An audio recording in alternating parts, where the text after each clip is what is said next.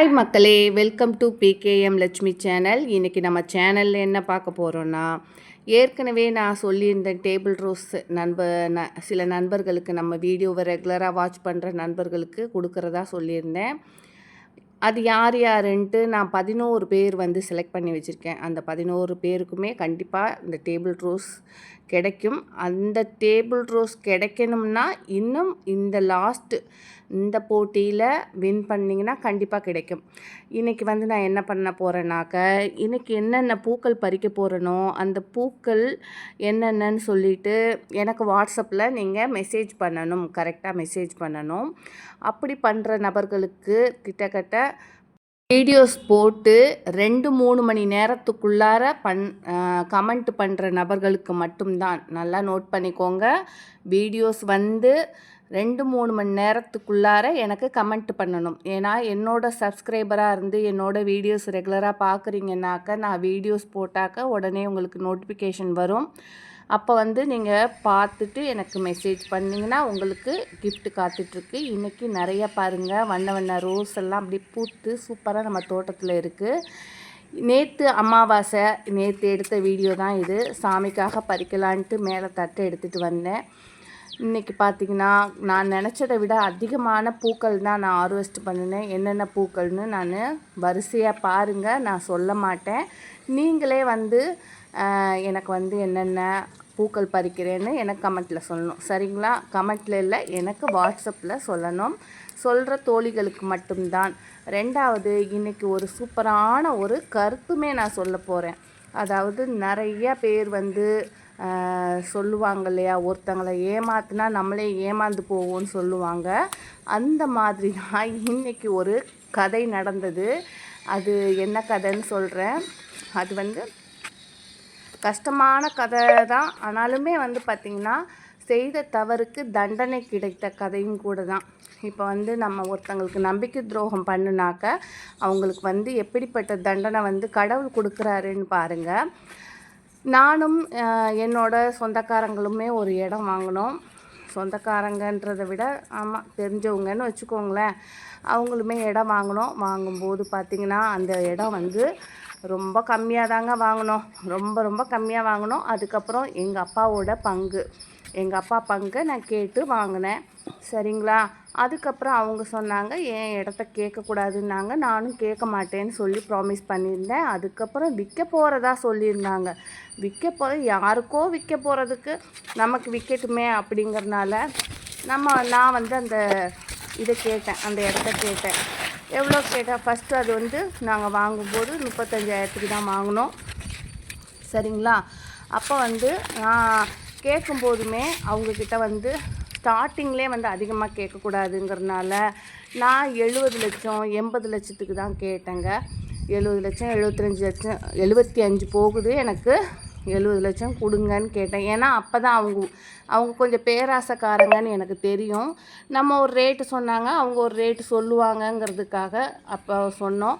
ஆனாலுமே நாங்கள் நினச்சோம் ₹1 வந்ததுன்னா வாங்கலாம் அப்படிங்கிற ஒரு எண்ணத்தில் தான் நாங்கள் கேட்டோம். அப்போ என்ன ரேட்டு போகுதோ அப்போ நாங்கள் கேட்டது. அவங்க எனக்கு கொடுக்கக்கூடாது, ஏன்னா வாங்கி கொடுத்ததே நான் தான். அவங்களுக்கு 35,000க்கு வாங்கி கொடுத்த இடம் அவங்களுக்கு வந்து இன்றைக்கி வந்து 1.10க்கு விற்றுருக்காங்க, 1.40க்கு விற்றுருக்காங்க. ஆனால் அவங்க எப்படின்னா அதே வந்து 2 பேர் கை மாறி 1.40க்கு சேல் பண்ணியிருக்காங்க. அவங்களுக்கு அதாவது நம்மளை ஏமாற்றணும்னு நினச்சாங்க. ஆனால் அவங்க பார்த்திங்கன்னா ஏமாந்து போயிருக்காங்க. அந்த புரோக்கர்கிட்ட நான் கேட்டேன், அது சேல்ஸ் ஆகிடுச்சின்னு சொன்னாங்க பக்கத்தில். அப்போ வந்து சேல்ஸ் ஆகிடுச்சிங்களா, எனக்கு தெரிஞ்சவங்க, நான் தான் வாங்கி கொடுத்தேன், அது என்கிட்ட சொல்லலைன்னு. ஆமாம்மா, அது 1.40க்கு போச்சு. ஆனால் ஒரு வயசானவங்களுக்கு 1.10 தான் அவர் கொடுக்க சொல்லியிருந்தார்.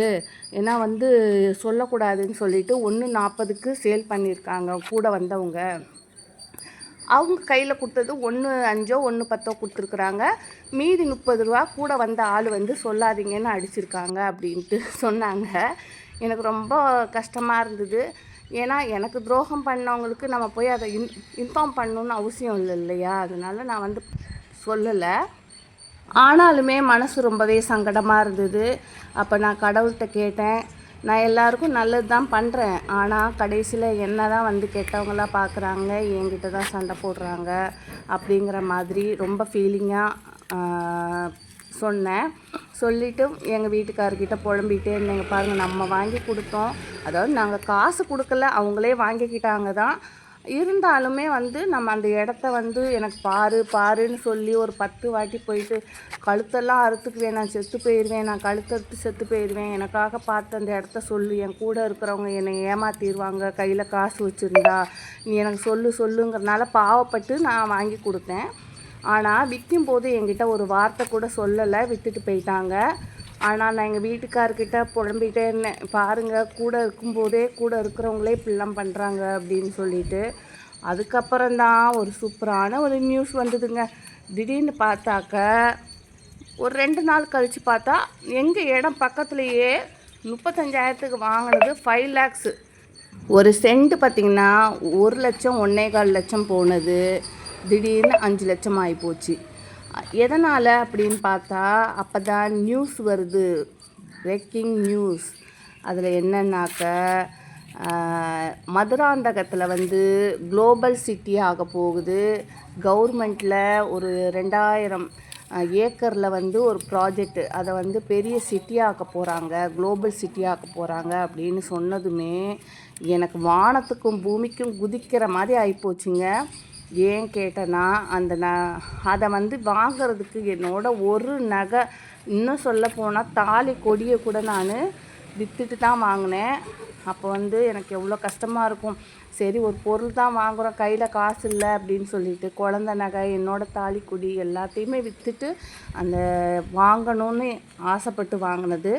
திடீர்னு அப்படி சொல்லும்போது எனக்கு வந்து இடமும் ரேட்டு அதிகமாகிடுச்சா, எனக்கு ரொம்ப அப்படியே குஷியில் ஒன்றுமே புரியல, தலைகால் புரியல. ஆஹா, இவ்வளோ கம்மி வாங்கின ரேட்டு இவ்வளோ அதிகமாக போகுது, இது தெரியாமல் அந்த லேடி இவ்வளோ கம்மியாக விற்றுட்டு போயிட்டாங்க. அது விற்றதும் இல்லாமல் உள்ள ஒரு வேலையும் நடந்து ஏமாந்துருக்கு. 30,000 சென்ட்டுக்குனாக்கா எக்ஸ்ட்ரா விற்றுருக்காங்கன்னா அப்போ திட்டக்கட்ட ஒரு 6-7 லட்சம் அந்த லேடிக்கு நஷ்டம்தான். சரி பரவாயில்ல, நம்ம ஏன் அதை வந்து சொல்லணும். அதாவது மற்றவங்கள ஏமாற்றணும்னு நினைக்கிறவங்களுக்கு கடவுள் கொடுத்த பரிசு அதுன்ட்டு தான் நம்ம நினைக்கணும். இப்போ மற்றவங்க யாராக இருந்தாலுமே சரிங்க, ஒருத்தங்க உதவி செய்கிறாங்கன்னா அதை வந்து நம்ம என்றைக்குமே மறக்கக்கூடாது, நன்றி கெட்டத்தனமாகவும் இருக்கக்கூடாது. அப்போ நானாக இருந்தாலும் சரி, ஒருத்தங்க உதவி பண்ணுறாங்கன்னா அவங்களுக்கு கெடுதல் நினச்சா தானே கெட்டு போவோங்கிறதுக்கு இதை விட ஒரு உதாரணம் கிடையவே கிடையாது. நான் வந்து அப்படி தான் எடுத்துக்கிறேன். நான் வந்து யாரையுமே ஏமாத்துனதே கிடையாது இது வரைக்குமே. அது நம்மக்கிட்ட அன்பு செலுத்துகிறாங்க அப்படின்னா அவங்களுக்கு மேலே ரொம்பவே உயிராக இருப்பேன், ரொம்ப கேரிங்காக இருப்பேன். பணக்காரங்க ஏழை அப்படிலாம் யோசிக்க கூட மாட்டேன். ஏன்னா இன்றைக்கி நான் இப்போ வந்து நான் கஷ்டப்பட்டு தான் இன்றைக்கி வந்து ஓரளவு நல்லா இருக்கேன். அப்படிங்கும்போது என் குணங்களுமே எப்போவும் ஒரே மாதிரி தான் இருக்கும். நான் நிறைய பேர் பார்க்குறேன், என்னோடய ஃப்ரெண்ட்ஸுங்களாக இருக்கட்டும், நிறைய பேரை பார்க்குறேன், எனக்கு தெரிஞ்சவங்களாக இருக்கட்டும். கொஞ்சம் காசு வந்துச்சுன்னா அவங்களோட கேரக்டரே மாறி போயிடும், அவங்க பேசுகிற தோரணையும் மாறி போயிடும். எனக்கு அந்த மாதிரி கடவுள் வந்து எப்போவுமே அந்த எண்ணங்கள்லாம் கொடுத்ததே கிடையாது. நான் எவ்வளோ இன்னும் கூட நல்லா வசதியானாலும் என்னோடய குணம் இதுதான். நான் இப்படி தான் இருப்பேன்ட்டு நான் வந்து எல்லார்கிட்டையும் அன்பாக தான் பழகுவேன். எனக்கு துரோகம்னு பண்ணுறாங்க, எனக்கு ஏதாவது கெடுதல் நினச்சாங்கன்னா நான் பேசுவேன் தான், ரொம்ப பேசுவேன், எல்லார்கிட்டையும் சண்டை போடுவேன் தான். தப்புன்னு தெரிஞ்சதுன்னா நான் கண்டிப்பாக சண்டை போடுவேன். ஆனால் துரோகம் மட்டும் பண்ணக்கூடாதுங்க. நம்பிக்கை துரோகம் பெரிய பாவம். அதை நான் யாருக்குமே இது வரைக்கும் பண்ணினது கிடையாது. என்னைய நிறைய பேர் ஏமாற்றிருக்காங்க, லட்சக்கணக்கில் ஏமாற்றிருக்காங்க. என் காசுலேயே இடம் வாங்கிட்டு நீயா வாங்கி கொடுத்தேன்னு கூட சொல்லியிருக்கிறாங்க. என் காசுலேயே வந்து லட்சக்கணக்கில் தின்னுட்டு கடைசியில் நீ எனக்கு என்ன செஞ்சேன்னுலாம் கேட்டிருக்காங்க. ஆனால் கடவுள் அப்படி சொல்கிறவங்கள கஷ்டப்பட தான் வச்சிட்ருக்கிறாரு. நான் கஷ்டப்பட்டேன் பார்த்திங்களா, அதை கேட்டு இன்றைக்கி என்னை கடவுள் வந்து நல்லா தான் வச்சிட்ருக்குறாங்க. அதனால தான் சொல்கிறேன், யாருக்குமே கெடுதல் நினைக்காதீங்க. உங்களால் முடிஞ்சால் 4 பேருக்கு நல்லது செய்யுங்க. நம்ம மேலே தப்பு இல்லைன்னா நம்ம வந்து எவ்வளோ வேணால் பேசலாம். சரிங்களா? அங்கே பார்த்தீங்களா அந்த இடம் வந்து எவ்வளோ டெவலப் ஆகுதுன்னு பாருங்கள். எங்கள் இடம் பக்கத்துலேயே ஸ்கொயர் ஃபீட் 1600 ரூபாய்க்கு போகுது. இன்னும் ஒரு வருஷத்தில் குளோபல் சிட்டி ஆயிடுச்சுன்னா அதோட ரேட்டே மாறி போயிடும். இதுக்கெல்லாம் காரணம் கடவுள் மட்டும்தான். Okay, by.